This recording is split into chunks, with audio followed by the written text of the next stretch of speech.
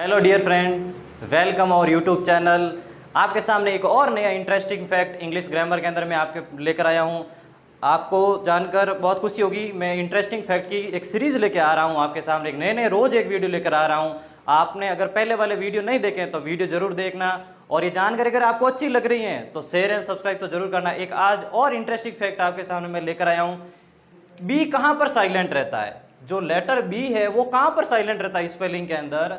यदि किसी वर्ड में एम के बाद में बी आता है तो बी साइलेंट रहता है। यदि किसी वर्ड में एम के बाद में बी आता है तो बी साइलेंट रहता है।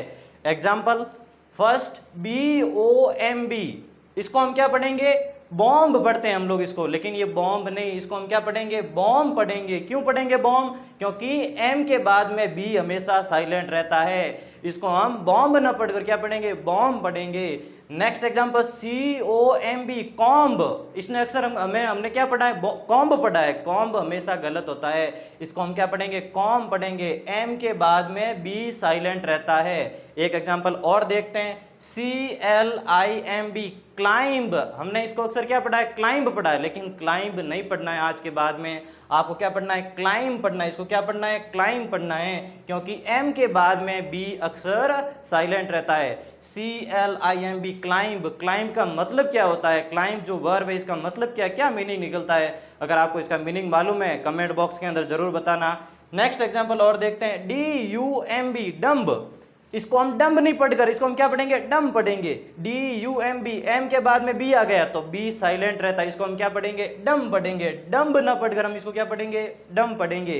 बी का साउंड नहीं लेकर आएंगे, बी को हम साइलेंट रखेंगे। और बी कहां पर साइलेंट रहता है? और एक फैक्ट देखते हैं, यदि किसी वर्ड में बी के बाद में टी आता है तो बी साइलेंट रहता है। यदि किसी वर्ड में बी के बाद में टी आता है तो बी साइलेंट रहता है। जैसे एग्जांपल के रूप में DEBT, इसको हम डेब्ट न पढ़कर इसको क्या पढ़ेंगे? हम डेट पढ़ेंगे। इसको हम क्या पढ़ेंगे? डेट, क्योंकि बी के बाद में ये टी आ गया। बी के बाद में यदि टी आता है तो बी साइलेंट रहता है, तो इसको क्या पढ़ेंगे? हम डेट पढ़ेंगे, डेप्ट नहीं पढ़ेंगे इसको। नेक्स्ट एग्जांपल, DOUBT, अक्सर आपने इसको डाउबट पढ़ते हुए सुना होगा। इसको हम डाउबट नहीं पढ़ेंगे, इसको हम क्या पढ़ेंगे? डाउट पढ़ेंगे। क्यों?